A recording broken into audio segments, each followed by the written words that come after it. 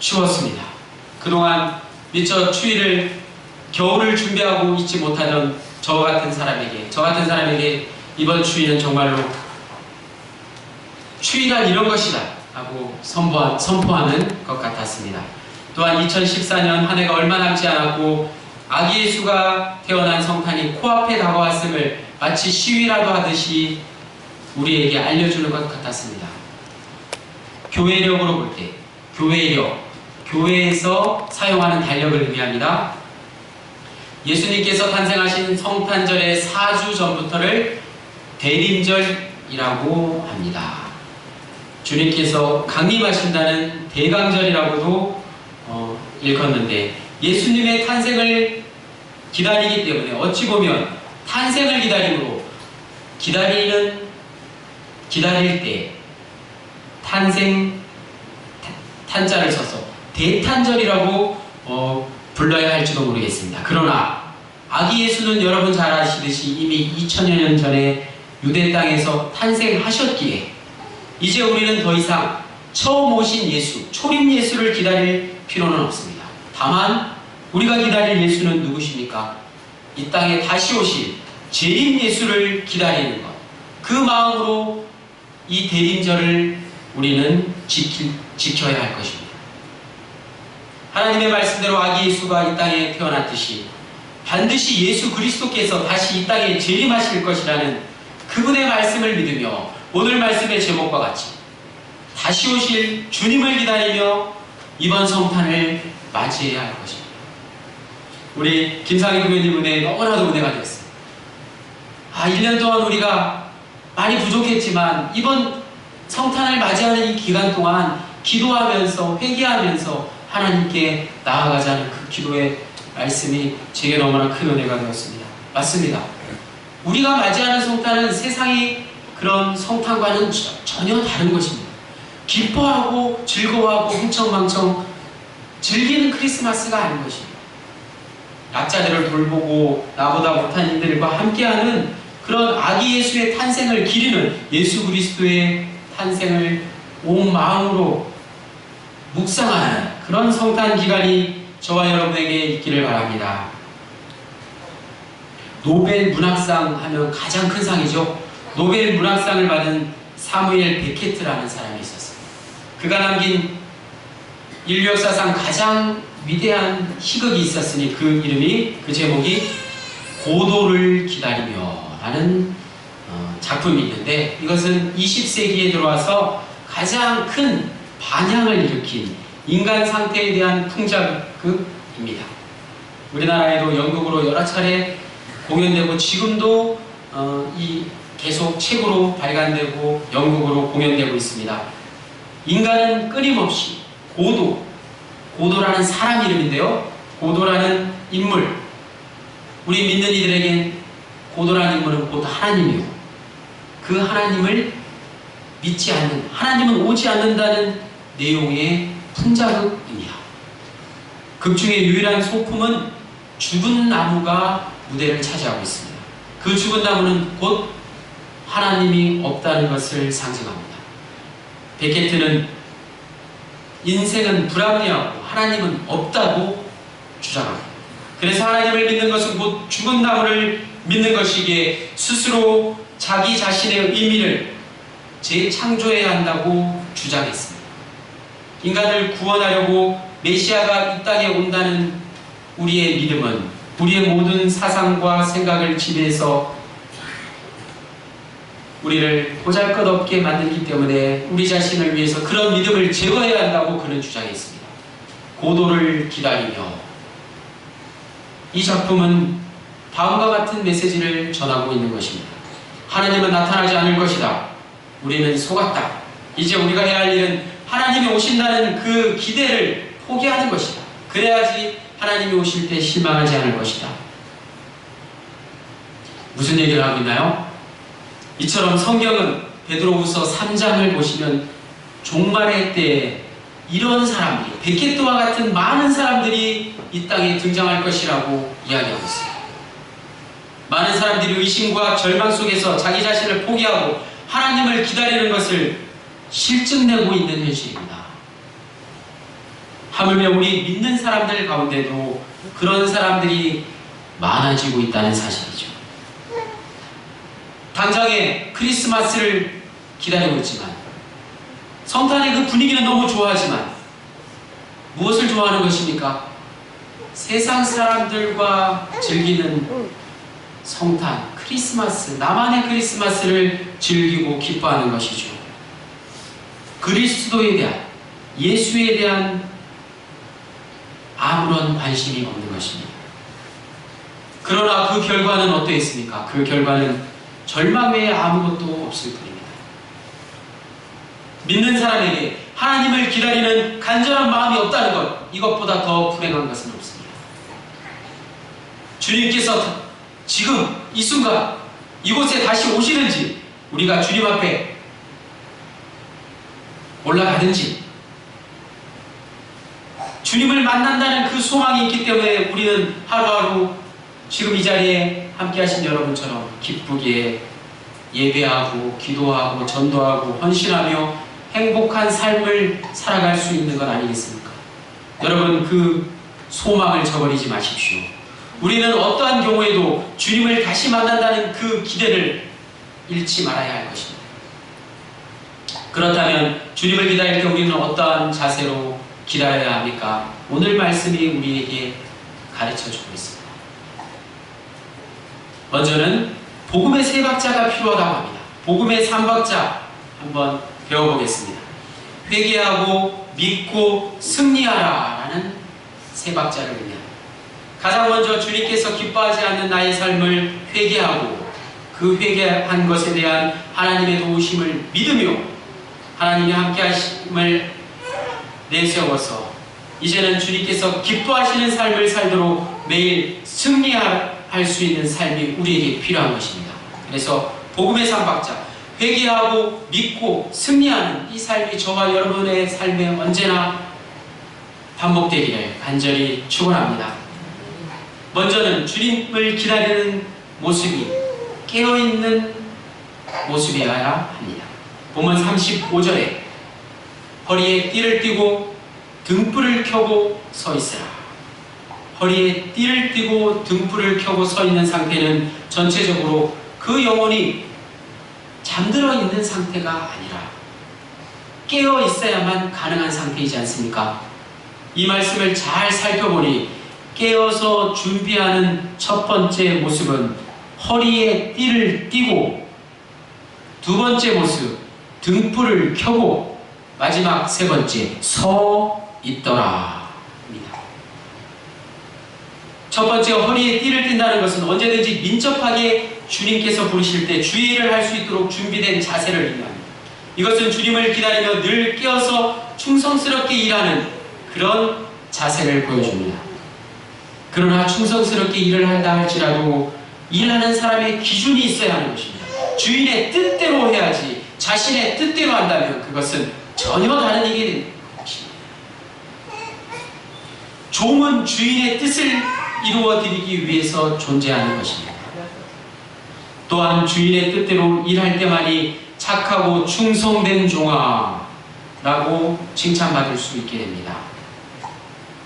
우리가 잘 아는 에베소서 6장 말씀에 그리스도인은 전신갑주 무장해야 한다고 말하고 있는데, 오늘 본문에 나오는 말씀, 허리에 띠를 두르라는 말씀과 같은 말씀입니다. 진리의 허리띠로 우리의 허리를 두르라는 말씀입니다. 허리에 띠를 두르고 충성되게 일하는 종이 주님의 뜻에 따라서 일하는 것이 되고, 그 기준이 곧 하나님의 말씀이 되어야 한다는 것입니다. 우리가 교회를 다닌다고 하면서, 예수를 믿는다고 하면서 그 기준이 어디 있습니까?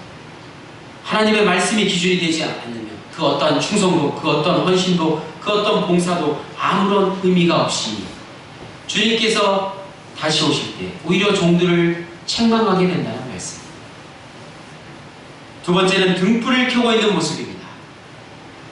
종이 등불을 켜고 있으면 주변에 많은 사람들에게 머지않아 곧 저 사람의 주인이 곧 주님이 오실 거라고 분명하게 알려주게 됩니다.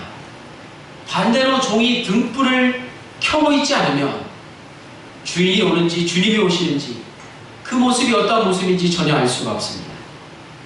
이처럼 예수님의 재림을 기다리고 있는 우리 그리스도인들은 세상 사람들에게 그것을 증거하기 위해서 늘 등불을 켜고 있어야 한다고 오늘 본문은 우리에게 말하고 있습니다. 세부적으로 등불을 켜기 위해서 등잔에 불을 붙일 수 있는 기름을 준비해야 할 것입니다. 슬기로운 다섯 처녀는 등잔에 기름을 미리 잘 준비해서 신랑이 올 때 주님 되시는 그 예수 그리스도를 맞이할 수 있었습니다. 그러나 미련한 다섯 처녀는 등잔에 기름을 미쳐 준비하지 못해서 신랑이 올 때 주님 되시는 예수 그리스도를 그만 맞이하지 못했습니다. 여기서 등잔은 우리의 신앙의 활동, 곧 신앙생활을 의미합니다. 그리고 등잔의 기름, 그것은 신앙생활의 내용을 말하는 것입니다. 이것이 곧 구원의 확신을 의미합니다. 예수님께서 십자가에서 흘리신 보혈로 나의 죄를 모두 씻어주시고 다시 재림하시어 영원한 생명을 주신다는 그 말씀, 그 믿음이 곧 등잔의 기름인 것입니다. 이 등잔의 기름은 또 성령의 기름이 되어야 할 것입니다. 성령의 기름 부음이 있어야지만 우리들의 삶에 성령의 불길이 활활 타올라서 세상을 비추는 밝은 빛을 비추는 삶을 살아갈 수 있습니다. 깨어서 준비하는 종의 세 번째 모습은 서 있더라. 서 있더라는 말씀입니다. 종이 주인을 기다리는 모습 가운데 가장 힘든 것, 그것은 깨어있을 뿐만 아니라 일어나서 곧 오실 분을 맞이해야 한다는 것이죠. 그러기 위해서는 종은 앉아있는 것이 아니고 서서 준비해야 한다는 말씀입니다. 낙심하고 지쳐있는 모습이 아니라 서서 바로 주인을 맞이할 수 있도록 대기 상태에 있는 모습을 의미합니다. 36절에 너희는 마치 그 주인이 혼인집에서 돌아와 문을 두드리면 곧 열어주려고 기다리는 사람과 같이 되라. 곧 열어줄 수 있는 사람이 되라고 이야기하고 있습니다. 열어주려고 기다린다는 것, 그것은 지체하지 아니하고 맞을 준비를 철저하게 하고 있다는 것을 의미합니다. 우리를 구원하신 예수 그리스도의 사랑과 그 은혜가 크면 클수록 주님을 기다리는 모습은 이처럼 서서 기다리며 그 문을 곧 열어줄 수 있도록 그렇게 어려운 상황 가운데서도 힘든 상황 가운데서도 참겨 이겨낼 수 있는 모습이 되는 것입니다. 그러므로 우리는 이 땅에 다시 오실 예수 그리스도를 소망하며 주님 만날 날을 준비하며 하루하루를 살아가야 할 것입니다. 특별히 성탄을 맞이하는 우리의 마음이 그러해야 합니다. 보다 진실하게, 보다 깨끗하게, 보다 성실하게 살아갈 수 있기 때문입니다. 내일 곧 예수님께서 우리 앞에 나타나신다면 여러분 지금 어떤 일을 하시겠습니까? 내일 주님께서 오신다고 생각하고 하루하루를 살아가는 믿음, 그 믿음을 통해서 우리는 우리의 믿음이 더욱 강건해지고 우리의 육체도 건강해질 수 있는 것입니다. 그렇게 준비하고 살면 언제 어디서든지 주님을 만날 때 주님 정말로 오랫동안 기다렸습니다. 정말로 간절히 뵙고 싶었습니다. 라는 고백이 나오게 되지 않겠습니까? 사막에 가면 신기루라는 것이 있죠. 신기루와 비전의 차이가 있는데 그것은 계획이 있고 준비가 있느냐의 차이입니다. 비전이 있는 사람은 아무리 큰 꿈을 꾸더라도 그 꿈에 어떻게 도달할 것인가에 대한 방법을 찾고 또 찾고 준비를 게을리하지 않는 것입니다. 우리는 주님을 기다릴 때 막연하게 기다리는 것이 아니라 비전을 가지고 일어나 서서 주님을 맞을 계획과 준비를 할 수 있어야 할 것입니다. 37절에 주인이 와서 깨어있는 것을 보면 그 종들은 복이 있으리라. 언제 오실지 모르는 주님이 오실 때까지 잠들지 않고 깨어 기다리는 종들을 향해서 복이 있도다 라고 칭찬하고 계십니다. 이 말씀이 주는 또 다른 의미는 곧 인내하며 기다려야 한다는 말씀입니다. 이어서 38절에 주인이 혹 2경이나 3경에 이르러서도 종들이 그같이 하고 있는 것을 보면 그 종들은 복이 있으리로다.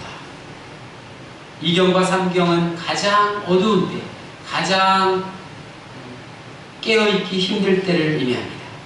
우리의 인생과 관련되어 2경과 3경은 도저히 희망이 보이지 않는 고난과 역경이 몰아닥친 그런 때를 의미하는 것입니다.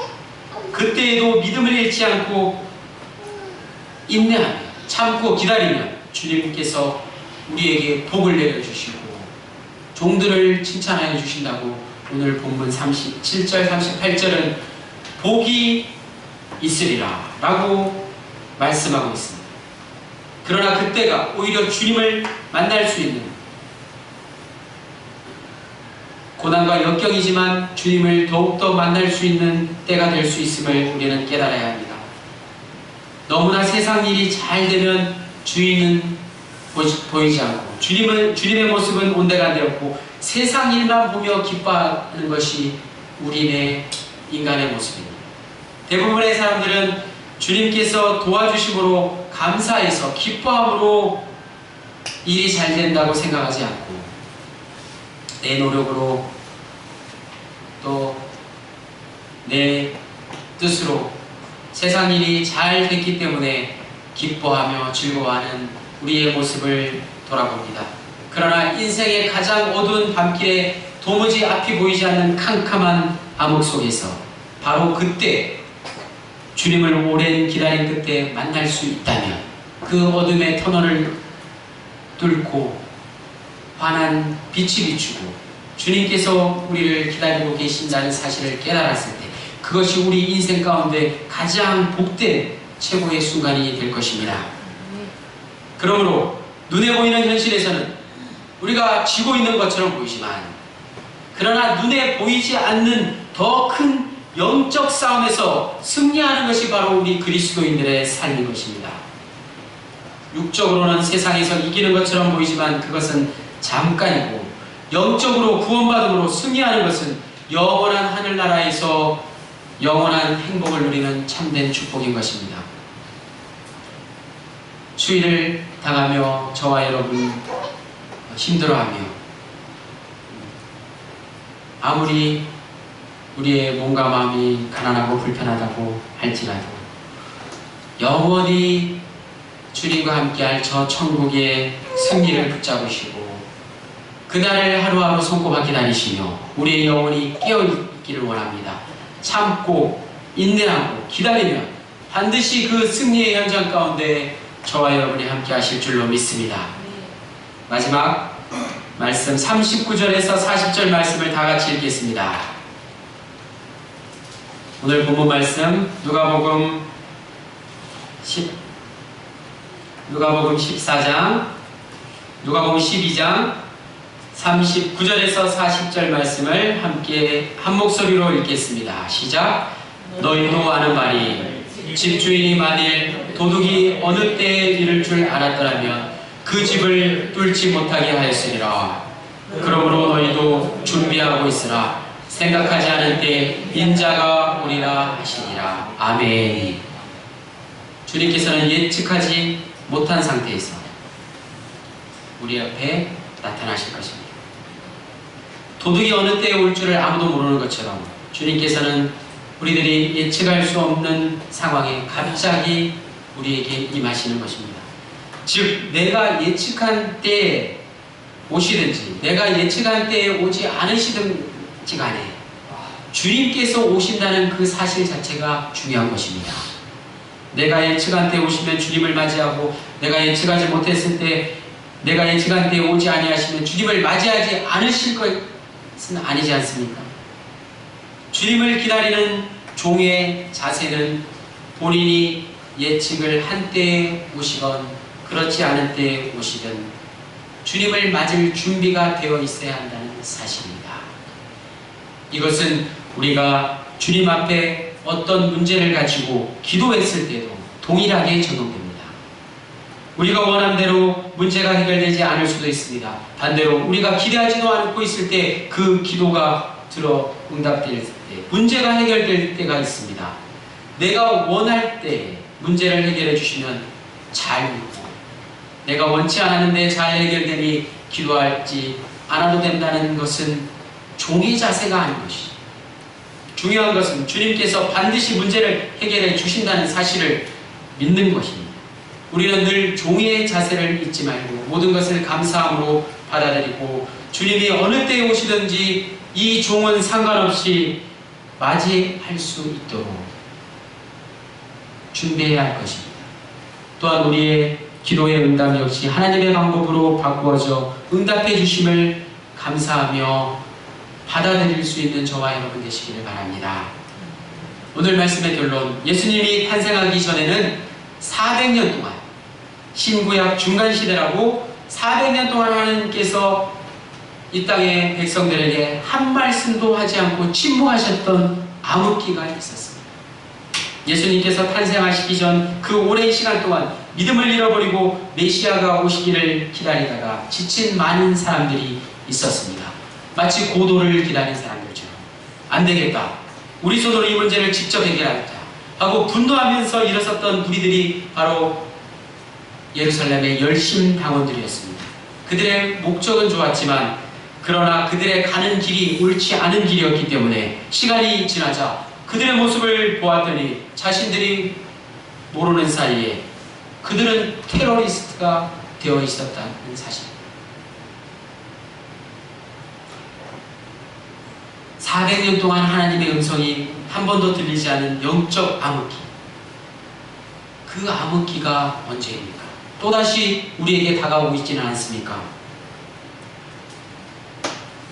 바로 그때 예수님께서 2000년 전에 육신의 몸을 입고 세상에 처음 오셨던 것처럼, 초림하셨던 것처럼 이제는 그 예수님께서 이 세상을 심판하시기 위해서 다시 재림하실 것이라는 그 사실, 그때는 아무도 모르지만 재림하시는 예수님을 손꼽아 기다리며 맞이할 준비를 하는 저와 여러분 모두가 되시기를 진심으로 축원합니다.